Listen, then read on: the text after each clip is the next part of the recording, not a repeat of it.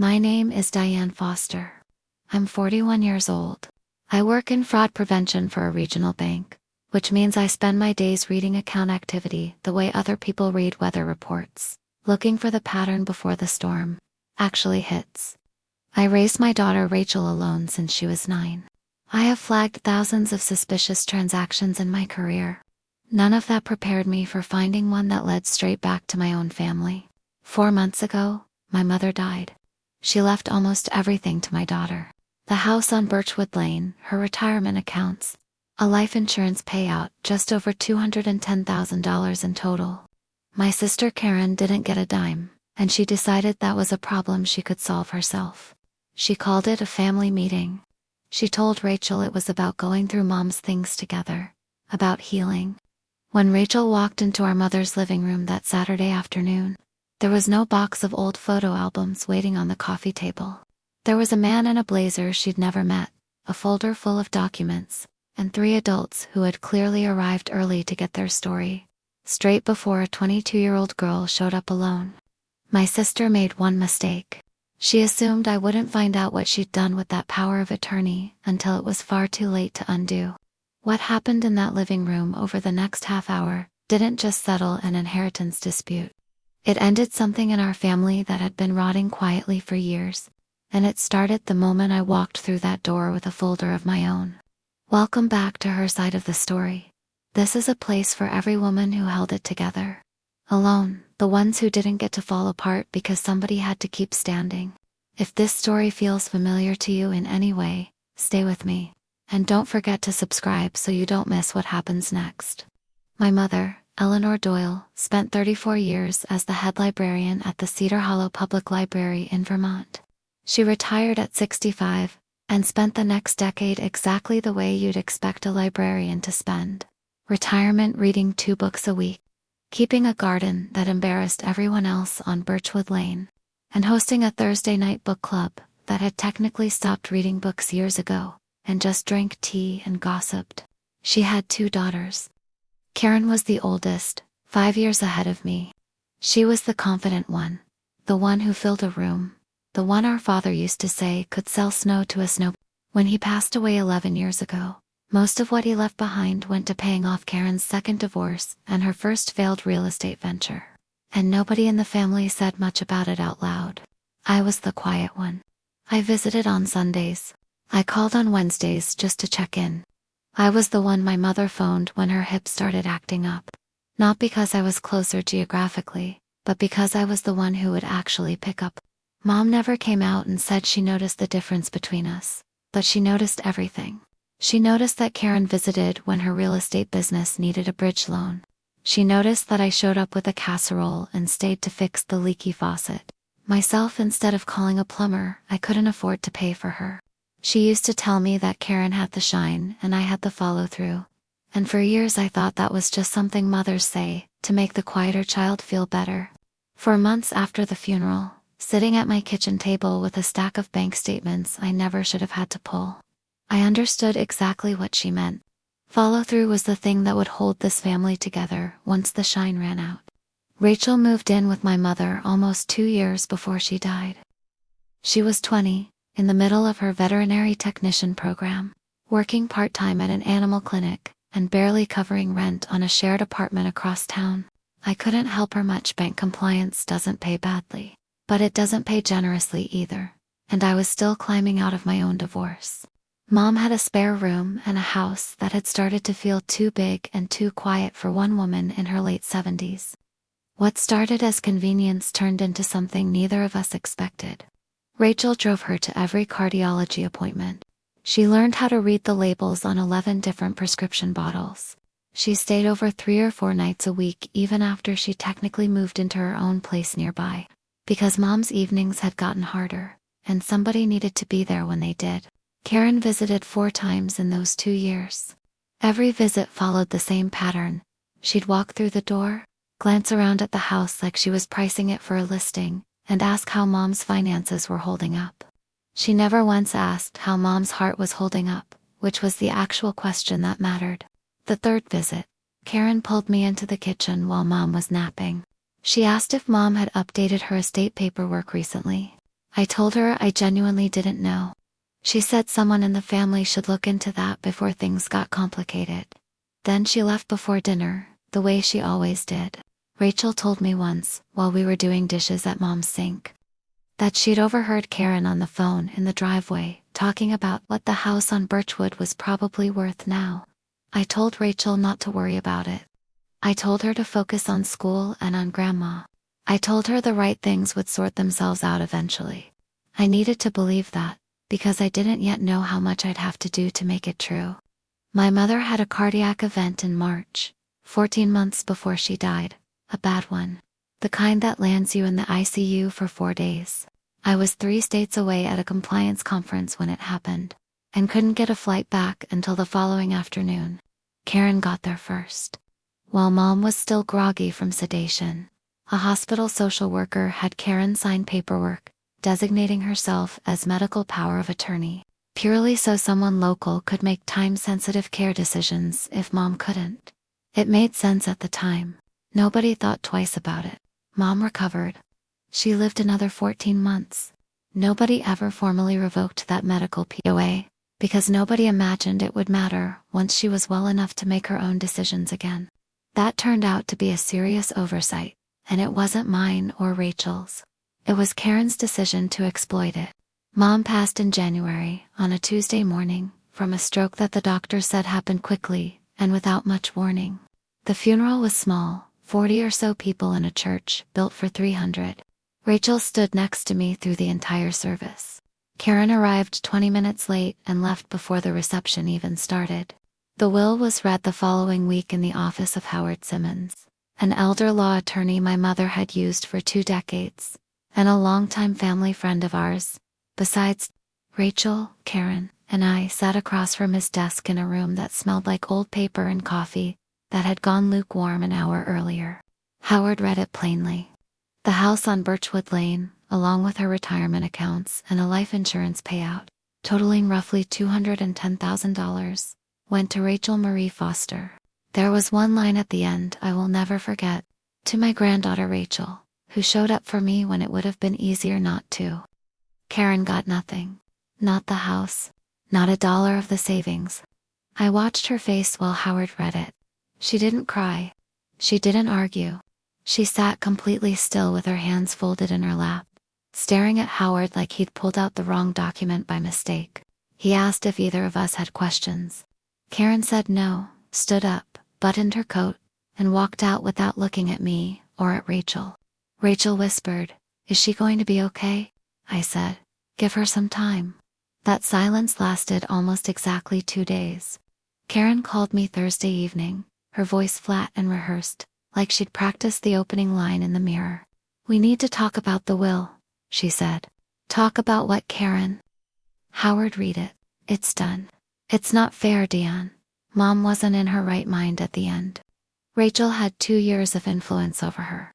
This should have been split. I sat down on the edge of my bed. Mom was evaluated by her own doctor when she updated that will. Howard confirmed her capacity in writing. It's a valid document. I'm her daughter. Her firstborn. You think she meant to leave me with nothing? I think she left exactly what she intended to leave. She hung up on me. 2 hours later, my phone rang again. Rachel this time, her voice shaking. "Aunt Karen just called me," she said. "She told me Grandma wasn't thinking clearly when she wrote the will. She said she needed to make things right." I closed my eyes and thought about my mother's reading glasses, still sitting on the side table by her recliner where she'd left them the last week of her life. She'd been sharp until the very end. Sharper than most people 20 years younger than her. Grandma wrote exactly what she wanted to write. I told Rachel, "Your aunt is hurting, but that doesn't give her the right to rewrite Grandma's decision after the fact." Rachel was quiet for a moment. Then she said, "This isn't over, is it?" "No," I said. "I don't think it is." I sat in the dark for a long time after that call, and I wasn't scared. I was already thinking 2 moves ahead. The way you do when you've spent a career reading account activity for the moment. Somebody's story stops matching their numbers. The following Monday, I pulled Mom's full account history, something I had limited legal standing to request casually. but as a named contingent beneficiary and someone with professional banking credentials. I knew exactly which forms to file and which office to call. It arrived 9 days later in a sealed envelope, 11 pages, most of it unremarkable. 3 lines were not unremarkable at all. For months before Mom died, a home equity line of credit had been opened against the house on Birchwood Lane, a house that had been paid off for over a decade, for $48,000. The application had been signed using Mom's medical power of attorney document. The one from the hospitalization 14 months earlier, presented to a loan officer as though it authorized full financial decision-making. It did not. It authorized medical decisions only. Somebody had either misunderstood that distinction badly, or understood it perfectly and gambled that no one would check. $31,000 of that credit line had already been drawn down in 4 separate withdrawals over 3 months. All while Mom was housebound and rarely leaving her recliner, except for appointments Rachel drove her to. I called Howard Simmons the next morning. "Howard, I need to sit down with you." Not as a courtesy call. As a client, he cleared his afternoon. I told him everything, the will, Karen's phone calls, the pressure on Rachel, and then I slid the bank statements across his desk. He put on his reading glasses and went quiet for a long time. "This POA was never converted into a durable financial power of attorney," he said eventually. "Your mother never signed anything giving Karen authority over her accounts or her home equity. If this is what it looks like, this isn't a family disagreement anymore, Diane. This is elder financial exploitation. And depending on how the paperwork was represented to the lender, it may rise to fraud. Can we do something about it before this goes any further?" "We can, but I want you to hear me on something first." He took off his glasses. "Your mother came to see me 8 months ago, alone. She told me she suspected Karen had misused that medical POA once already for something small, and she was worried it might happen again in a bigger way. She asked me to record something." I sat up straight. "Record what?" "A video statement. On camera, with me present as a witness, the same week she signed her updated will. She wanted it on file in case anyone ever tried to claim she wasn't of sound mind, or that she didn't understand what Karen had done. I've had it in the firm safe for 8 months. I wasn't going to bring it out unless the will was actually challenged." I didn't say anything for a moment. My mother, in her 70s, with a failing heart, had quietly built her own paper trail before anyone else even knew there was a fight coming. "I think it's time," I said. Karen didn't wait around while I built my case. She worked the phones like she was running for office. She called our Uncle Ray in New Hampshire first, then our cousin Whitney, then anyone in the extended family who might still take her side without asking too many questions. Her version went like this: Rachel, a 22-year-old with no real financial sense, had spent 2 years manipulating a sick old woman out of her estate, and I was backing my daughter because I stood to benefit indirectly. The will was the product of undue influence, and the family needed to make it right. It was tight. It was coordinated. And within 10 days, half my extended family had gone quiet on me. My cousin Whitney called first. She was 36, lived an hour away, and had always been the one who tried to stay above the family noise. "Diane, is any of what Karen's saying true?" She says Rachel pressured Aunt Eleanor. Whitney, Rachel drove her to cardiology appointments twice a month for 2 years. Karen visited 4 times. Whitney was quiet. "I want to believe you. But Karen sounds really shaken up about this." "Being shaken up doesn't make her right." Whitney said she'd stay out of it for now. That was more than I expected from most of the family that week. Then, Sandra got involved. Sandra was Karen's mother. Married into the family through Karen's husband Dale, she posted something on Facebook about certain people taking advantage of grieving elderly parents and calling it love. She never used names. She didn't need to. That same week, Dale showed up at my front door. It was a Wednesday evening, just past 7. Rachel was at a study group for her clinical certification. I looked through the peephole and saw his truck idling in my driveway before I even opened the door. I didn't open it. I spoke through it instead. "Can I help you, Dale? We need to talk about this inheritance mess. It's gone far enough. If you or Karen have legal concerns about the will, you can direct them to Howard Simmons. He represents Rachel. He laughed, low and humorless. This is family, Diane, not a courtroom. It became a courtroom the moment Karen started telling half of Vermont that my daughter is a thief. Silence on the other side of the door. I heard him shift his weight on the porch steps. Karen's hurting, he finally said. Your mother left her with nothing. That's cruel. My mother left exactly what she chose to leave. If you want to talk about cruelty, Dale, let's talk about the $48,000 home equity line, opened against her house while she was too sick to leave her recliner. He didn't answer. I heard him walk back to his truck. He sat in the driver's seat with the engine off for almost 15 minutes before he finally pulled away.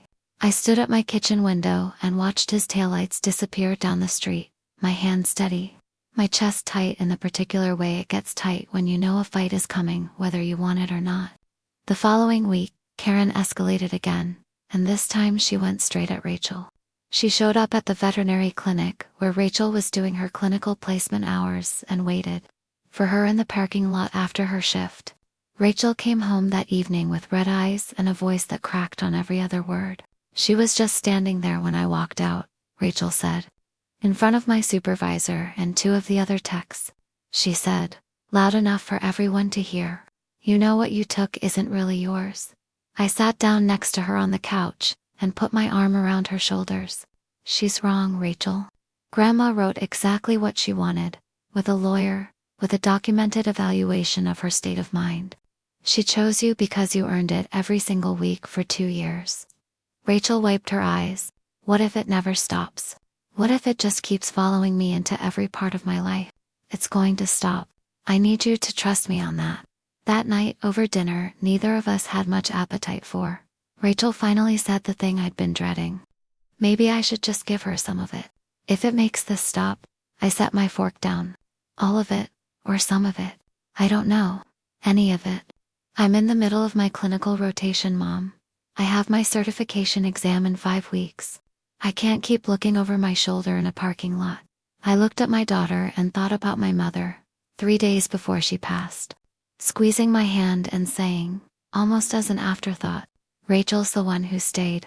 She said it like a simple fact, not a compliment like weather. No, I said. You're not signing anything away, and you're not giving anything away either.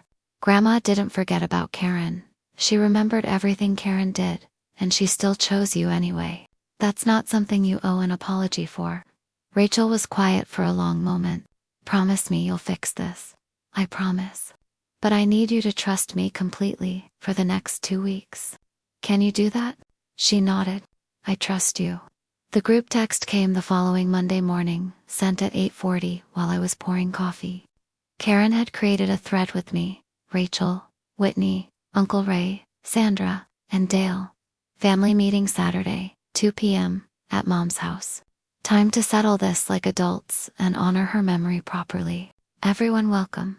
Rachel forwarded it to me immediately. Are you going? No, I said. You are. And I need you to listen very carefully to how this is going to work. I sat her down and walked her through it the way I'd walk a new hire through a fraud case. Go in, sit in the armchair, not the couch. Keep your purse in your lap. If anyone hands you a document, you say 1 sentence and 1 sentence only. I'll need to review this with my own attorney, and then you stop talking. What if they brought a lawyer? That question told me she understood exactly what kind of ambush this was likely to be. If they did, the sentence doesn't change. You still say it, and you still stop talking. Where will you be? Close by? I'll be there before it gets bad. I called Howard that afternoon. Saturday, 2 o'clock, Mom's house.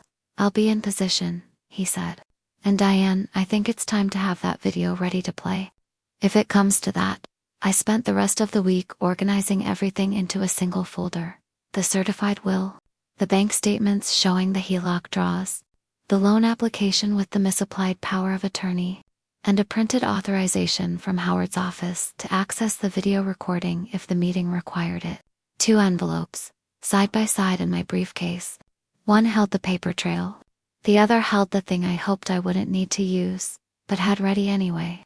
Saturday came fast. Rachel wore a plain blue blouse and dark slacks, and she clipped on a small gold locket that had been my mother's. The one with a photo of the two of them from Rachel's high school graduation tucked inside. She looked older than 22, standing at my front door. We drove separately. Rachel parked at the curb outside Mom's house. I parked 2 blocks over, out of sight of the driveway, with my briefcase on the passenger seat. Howard was already positioned a block north in his own car, phone in hand. I texted him, 2 vehicles I don't recognize outside the house. He replied, copy, standing by. From where I sat, I could see Dale's truck in the driveway and an unfamiliar sedan parked behind it. That would be the lawyer. 2 minutes later, my phone buzzed. Rachel, there's a man here I don't know. Suit, jacket, leather folder. Sitting at the dining table. I typed back, don't sign anything. Listen only, I'm close. She replied, okay. I texted Howard. They brought counsel. You're up. Wait for my signal. Ready when you are, he replied. I sat there for a moment longer than I needed to. Breathing, watching the front curtains, my hand resting on the folder in my lap. Then I got out of the car. Rachel told me afterward what those first 10 minutes were like. She'd walked in and found Karen sitting composed on the couch. Legs crossed, hands folded, like she'd rehearsed the posture in a mirror all week. Dale stood by the window with his arms crossed, not offering a greeting. Sandra sat in Mom's recliner, wearing an expression that had clearly already reached a verdict. At the dining table sat a man named Craig Bellamy, mid-40s, a real estate attorney and an old softball league friend of Dale's. Not an estate lawyer, not anyone with standing in probate matters. In front of him, a manila folder, open, with a document already slid halfway across the table toward the empty armchair. Rachel, sweetheart, sit down, Karen had said. We're just glad you came. Rachel sat in the armchair the way I'd told her to, purse in her lap, hands still. We want to resolve this properly, Karen continued. Mom wouldn't have wanted this family fighting. Craig cleared his throat and slid the document the rest of the way across the table. This is a voluntary quitclaim and release, he said. Standard language. Once you sign, the property and remaining assets transfer to your aunt, and everyone can move forward. Rachel picked it up. Read the first paragraph. Then the second. This says I give up all rights to the house and the accounts. It also says I waive my right to contest anything related to the estate in the future. That's correct, Craig said. Clean and simple. Clean for who? Rachel asked. Nobody answered that. Karen leaned forward. You're 22, Rachel. What are you going to do with a house and $200,000? Let me manage it properly. That's what family does, Sandra chimed in from the recliner. Your grandmother would have wanted this handled the right way. Rachel set the document back down on the table, untouched by her pen. I need to review this with my own attorney. Craig shook his head. There's really no need for that. This is a simple family matter. I need to review this with my own attorney, Rachel repeated, and stopped talking, exactly the way I'd told her to. The room went quiet. Karen's smile thinned. Sandra shifted in her chair. 3 adults and a hired lawyer, staring down a 22-year-old who had spent 2 years driving an old woman to her cardiology appointments and had shown up alone to be told she was the problem. That was the moment I knocked on the front door. I let myself in without waiting for an answer. The room was exactly as Rachel had described it. Karen on the couch, Dale at the window, Sandra in the recliner, Craig at the dining table, and my daughter sitting upright in the armchair, with her hands folded in her lap and my mother's locket catching the afternoon light. I set my briefcase down by my feet. Sorry I'm late, I said. Karen half rose from the couch, then sat back down. This is a family meeting, Diane. You weren't invited. My daughter was, and she's 22, Karen, not 12. She can handle herself. In fact, she's handling herself just fine. That's exactly why she hasn't signed anything. Dale stepped forward. Nobody's trying to start a fight here. Then it shouldn't bother anyone that I'm here to help finish this the right way. Craig closed his leather folder halfway. Ma'am, this is a private family discussion.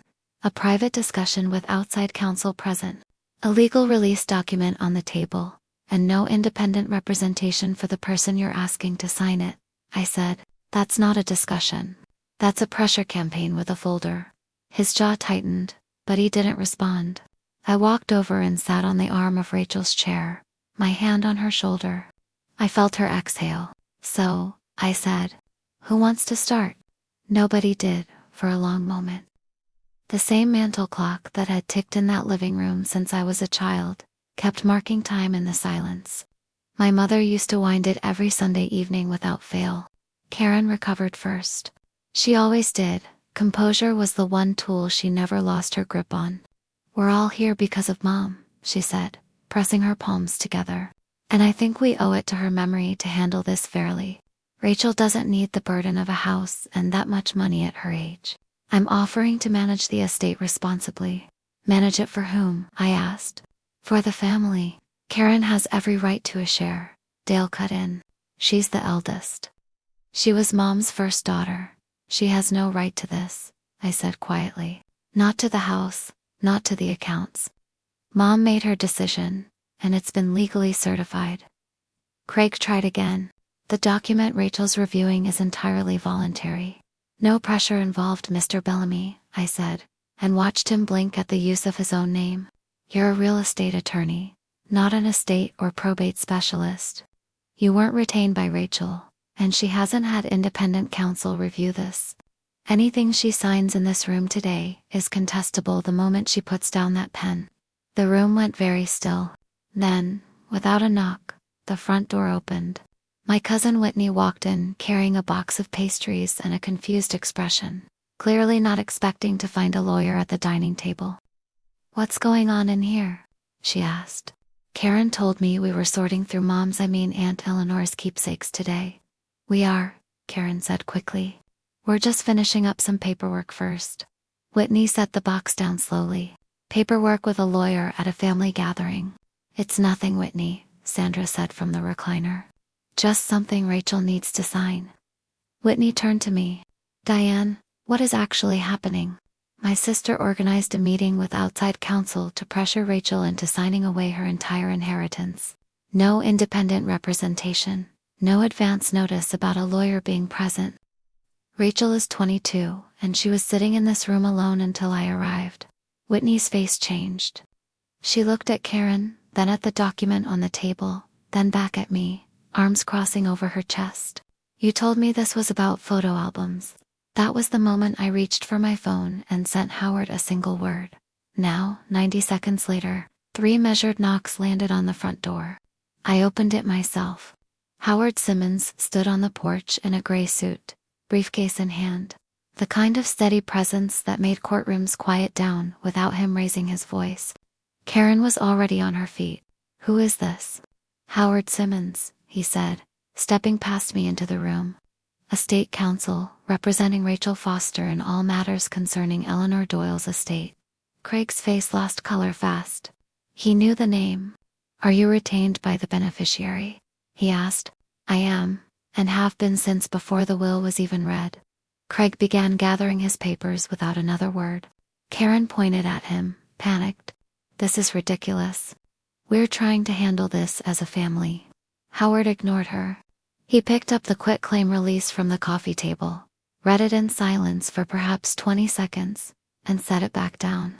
This document purports to transfer the full estate to Karen Renner with no compensation, and it includes a clause waiving the beneficiary's right to contest anything in the future. It was drafted without independent counsel for the person being asked to sign it. He looked at Craig directly. Are you licensed in probate or estate law? Silence.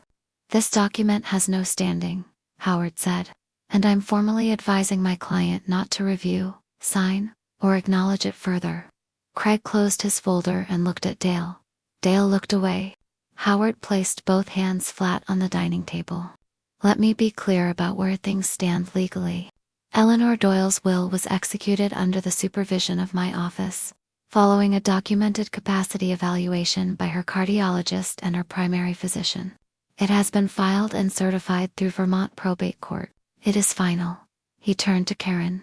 No family meeting, no release form, and no pressure applied in this room changes that. Rachel Foster is the sole beneficiary. That's not my opinion.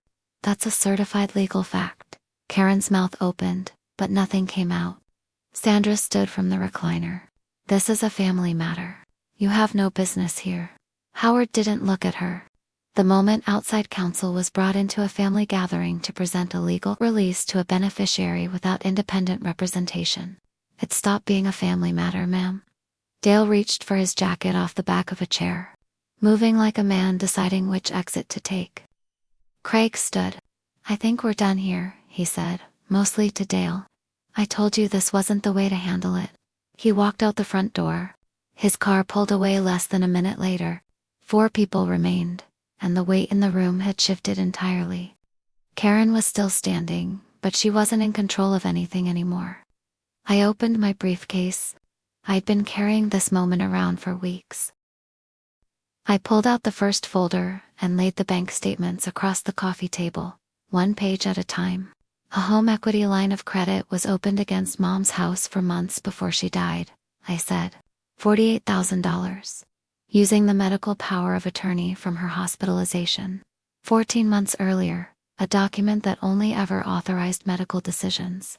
31,000 of that credit line was already drawn down in 4 withdrawals. All while Mom was too unwell to leave her recliner except for appointments. Whitney picked up one of the statements, scanning it line by line. Her expression shifted with every line she read. Karen's hands had gone still on her lap. "That's not what that was for," she said quietly. "Then what was it for, Karen?" She didn't answer. Howard spoke next. "Misrepresenting the scope of a medical power of attorney to a lender in order to access a homeowner's equity is financial exploitation of a vulnerable adult under Vermont law. Depending on how the application was worded, it may also constitute loan fraud. We have not filed a report with the state's Adult Protective Services Division yet. Whether we do depends on what happens in the next 30 days. Sandra stood up. "You can't threaten her like this. She's grieving. She was never entitled to what she didn't earn," Howard said, still looking at Karen, not Sandra. Karen slammed her hand down on the arm of the couch, scattering one of the loose statements to the floor. "You don't understand what it's been like? Then tell us," I said.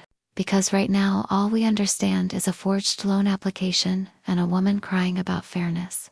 Karen sat back down, hard, and for a moment the performance simply left her. "I'm 3 months behind on 2 mortgages," she said, her voice suddenly small. The flip on Hartwell Street collapsed. The buyer backed out after inspection and I was already carrying both loans. I needed the money, Diane. I needed it and I panicked. And I thought if I could just get through this quarter, I could pay it back before anyone noticed. "You could have called me," I said. "You could have told me you were drowning instead of forging your way into Mom's accounts, while she was too sick to check her own mail." She didn't answer that. There wasn't an answer that fixed it. Howard opened a second folder from his briefcase, the one I hadn't touched yet. "There's one more thing you should all know," he said. 8 months before she passed, Eleanor came to my office and asked me to record a statement, in case exactly this situation arose. He set a tablet on the coffee table and pressed play. My mother's voice filled the room, steady, clear, unmistakably hers. She stated her name, the date, and Howard's presence as a witness. She said she was leaving her estate to Rachel because Rachel had shown up for her, consistently, without being asked twice. She said she was aware Karen had asked her for money more than once in the past year, and that she suspected the medical power of attorney from her hospitalization might be misused again if she didn't put something on record herself. She said, plainly, that she was of sound mind, that no one had pressured her into this decision, and that she hoped her family would respect it without needing a courtroom to enforce it. The recording ran under 2 minutes. Nobody in that room said a word until it ended. Karen was crying by then, quietly, her composure finally gone completely. "She knew," she said. "The whole time, she knew what I was doing." "She knew," I said. "And she still hoped you'd stop on your own before it came to this." Whitney set the bank statement down on the table and looked at Karen for a long moment. "I came here today because you told me Rachel had pressured Aunt Eleanor into cutting you out," she said. "I believed you. I'm not going to make that mistake again." Sandra picked up her purse without another word and walked out. The screen door clapped shut behind her. Dale followed a moment later, not looking at anyone. Karen sat alone on the couch, in the house she'd once been so certain would eventually belong to her. 3 weeks later, the estate transfer finalized fully in Rachel's name. Howard's office worked with the bank to have the fraudulent HELOC frozen and unwound, since it had been secured under a misrepresented power of attorney. The lender absorbed the loss rather than pursue Rachel or the estate for it. Karen repaid what she could from a refinance on her own home. A formal report went to the state's Adult Protective Services Division, and whether it moves further than that is now a decision entirely out of my hands. Rachel moved into the house on Birchwood Lane in early spring. She kept most of Mom's furniture and turned the sunroom, where Mom used to do her Thursday book club, into a small reading nook, new shelves, warm lighting. The same books arranged the way Mom always kept them, organized by author instead of by title. She kept the mantel clock wound every Sunday, the way Mom always had. Whitney comes for dinner most months now. Karen hasn't called. I've told her, through Howard, that the door isn't closed on a relationship with Rachel, but it has to run through honesty, through actual conversation, not through lawyers and folders left on a coffee table. She hasn't taken me up on it yet. Maybe she will eventually. I can't control that part. I can only control what I let back into my daughter's life, and on what terms. One Sunday evening not long ago, I was washing dishes in Rachel's kitchen while she told Whitney about the look on Karen's face when Howard walked through that door. She just froze, Rachel said, laughing a little, like she genuinely thought nobody would ever check. Your mother doesn't miss much, Whitney said. She never has, Rachel said. She never will. I didn't turn around. I just stood there with my hands in the warm water and let my daughter's voice fill the house that used to be my mother's, and now belonged to the person who'd actually earned it. Here's what I've come to understand from all of it. You don't have to raise your voice to be taken seriously. You don't have to fight loudly to win something that matters. Sometimes it just takes the right documents, the right timing, and the willingness to stand quietly between the people you love and anyone trying to take from them what they've rightfully earned. Nobody is entitled to what they didn't earn, not by birth order, not by age, not by how confidently they can say it out loud in a crowded room. Patience isn't weakness. Preparation isn't cruelty. And protecting the people you love is never something you owe anyone an apology for. That's my story. One family meeting, one recording my mother left behind, and one sentence that changed how my whole family saw each other. If you've ever had to stand between someone you love and the people who should have protected them but didn't, you know exactly what this felt like. Share this video with someone who needs to hear it. Subscribe to her side of the story so you don't miss the next one. And drop a comment below. I read every single one. For every woman who held it together, alone. I'll see you in the next one.